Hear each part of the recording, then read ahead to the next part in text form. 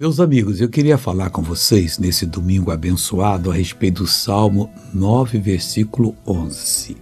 Você hoje é um dia de casa do Senhor, eu espero que você não falte. O demônio vai fazer tudo para você não ir. Dá mil uma desculpas, não, se esforça. As igrejas nossas, por exemplo, tem vários cultos para você não perder um dia, principalmente o dia do Senhor. Esse salmo diz o seguinte: cantai louvores ao Senhor que habita em Sião. Sião era onde Davi tinha a fortaleza, era indestrutível, ninguém se metia a besta de entrar na fortaleza de Davi. Mas não é por causa do Davi, não, porque Davi tinha uma aliança com Deus. Quando você tem uma aliança com Deus, você pode dizer: o Senhor habita na minha casa, e não tem ladrão, não vai ter sequestrador que vai entrar na sua casa, vai ficar como invisível para ele.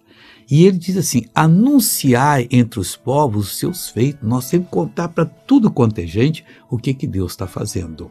Veja o que Deus fez para essa pessoa. Meu filho fez várias cirurgias de hernia e por isso deu um tumor muito grande. Ia ter que tirar um pedaço para ver que era câncer. E agora? Maligno, benigno, agora sumiu. Sumiu, pessoal! Era hérnia no umbigo ou na virilha? Embaixo, na virilha. Na virilha dele. Quantas vezes operou? Umas 3 vezes. Aí deu um caroço, o médico pensou que fosse câncer. A senhora examinou, agora não tem mais. Ei, Jesus, muito obrigado. Agora vamos orar? Querido Pai, obrigado pela Tua palavra que ilumina, que nos levanta, que nos dá poder para enfrentar o mal e vencer. Pai, é no nome de Jesus que estamos orando e vamos sair vitoriosos. Para a Tua glória. Amém. Bom dia.